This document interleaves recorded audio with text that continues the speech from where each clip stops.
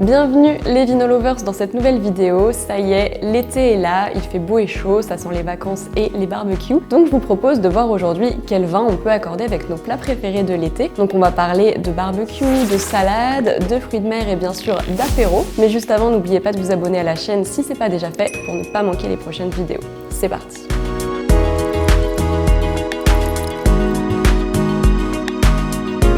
Alors on commence tout de suite avec l'apéro. Donc quel vin boire à l'apéro lorsqu'il fait chaud? Forcément on va avoir envie de fraîcheur et de légèreté pour contrer un petit peu la chaleur estivale. Donc on va partir sur des vins secs, légers et fruités avec une belle acidité pour nous donner cette sensation de fraîcheur. Alors au niveau couleur, le mieux pour l'apéro ça va être du blanc ou du rosé. Et bien sûr les vins effervescents sont parfaits aussi pour l'apéro puisque leurs bulles vont nous amener une petite sensation de fraîcheur et de légèreté parfaite pour cette saison. Donc tout ce qui va être crémant et champagne brut ou extra brut, c'est super. Sinon, comme je vous le disais, on peut aussi partir sur des blancs ou des rosés secs et fruités. Le principal, c'est de rester sur des vins légers et faciles à boire. Donc regardez bien le pourcentage d'alcool dans la bouteille et essayez de rester sur des vins qui ne sont pas trop riches en alcool. Au niveau des appellations, pour les effervescents, vous avez bien sûr le champagne et puis tous les crémants comme ceux de Loire, d'Alsace, de Bordeaux, de Bourgogne, etc. Sinon, en moins cher, vous avez aussi le Prosecco qui est fruité et facile à boire. Et du côté des rosés, vous avez bien sûr les rosés de Provence, du Languedoc, de Corse, etc. Là, vous avez vraiment du choix en fonction de votre région viticole préférée. D'ailleurs, j'avais fait une vidéo plus détaillée sur les rosés, donc je vous remets le lien directement en description. Et pour finir, du côté des blancs, vous avez aussi énormément de choix en fonction de vos préférences. Vous pouvez choisir par exemple un Sauvignon blanc, un Chardonnay, un Riesling, etc. Le choix est vraiment énorme et le principal, c'est de rester sur un vin sec avec une belle acidité pour vraiment avoir ce côté fraîcheur qui est parfait pour l'apéro.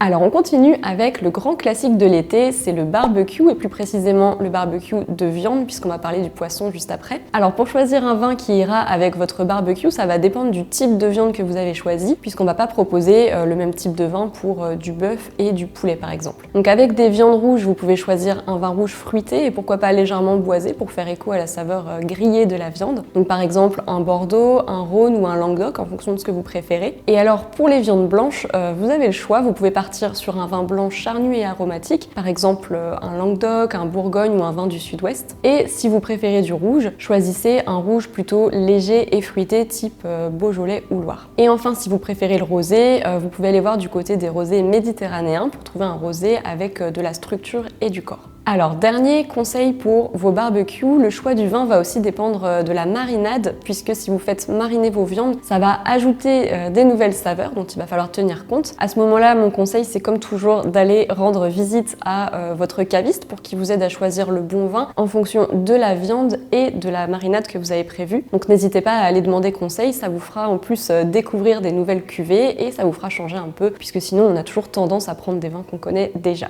Alors on continue cette fois avec le poisson. Donc qu'est-ce qu'on boit si on fait un barbecue de poisson? Et bien là on va plutôt partir sur un vin blanc sec et fruité, donc vous pouvez partir sur votre région viticole préférée et choisir un vin blanc sec avec de la fraîcheur. La seule chose à éviter selon moi, c'est de choisir un vin sucré qu'on va plutôt garder pour la fin du repas. Donc là vous avez vraiment du choix, que ce soit en Savoie, en Alsace, en Loire, en Corse, etc. Toutes les régions viticoles proposent des belles cuvées de vin blanc qui iront bien avec votre poisson grillé. Donc une fois encore, si vous êtes un peu perdu et que vous savez pas du tout quel vin choisir, faites confiance à votre caviste pour trouver une bouteille qui sera à la fois dans votre budget et qui ira bien avec votre menu. Alors on continue avec les fruits de mer, un plat léger et délicat. Donc là c'est simple, on part sur un vin blanc vif, donc avec une belle acidité et pourquoi pas un petit côté minéral pour se marier avec le côté iodé des fruits de mer. Donc par exemple un muscadet, un chablis, un sancerre, un savenière ou encore un entre-deux-mer. En bref, un vin blanc avec une belle fraîcheur et pourquoi pas un côté minéral. Et enfin, on termine avec un autre grand classique des plats d'été, la salade. Alors là, il y a une petite difficulté qui va être amenée par la vinaigrette. La vinaigrette contient du vinaigre et le vinaigre, c'est très difficile à marier avec du vin à cause de son aigreur et de son acidité qui vont facilement prendre le dessus sur le vin. Alors au-delà de cette difficulté, on peut quand même servir du vin avec sa salade et on va se baser sur l'ingrédient principal. Donc si la salade contient de la viande ou de la charcuterie, je vous conseille de la marier avec un rosé. Ça peut être le même rosé qu'à l'apéro par exemple pour éviter d'ouvrir une nouvelle bouteille. Le principal, c'est de rester sur un rosé frais et plutôt fruité. Par contre, si vous voulez du vin rouge, ça risque de moins bien se marier avec la salade, mais vous pouvez tenter un rouge vraiment léger, très peu tannique, donc très facile à boire.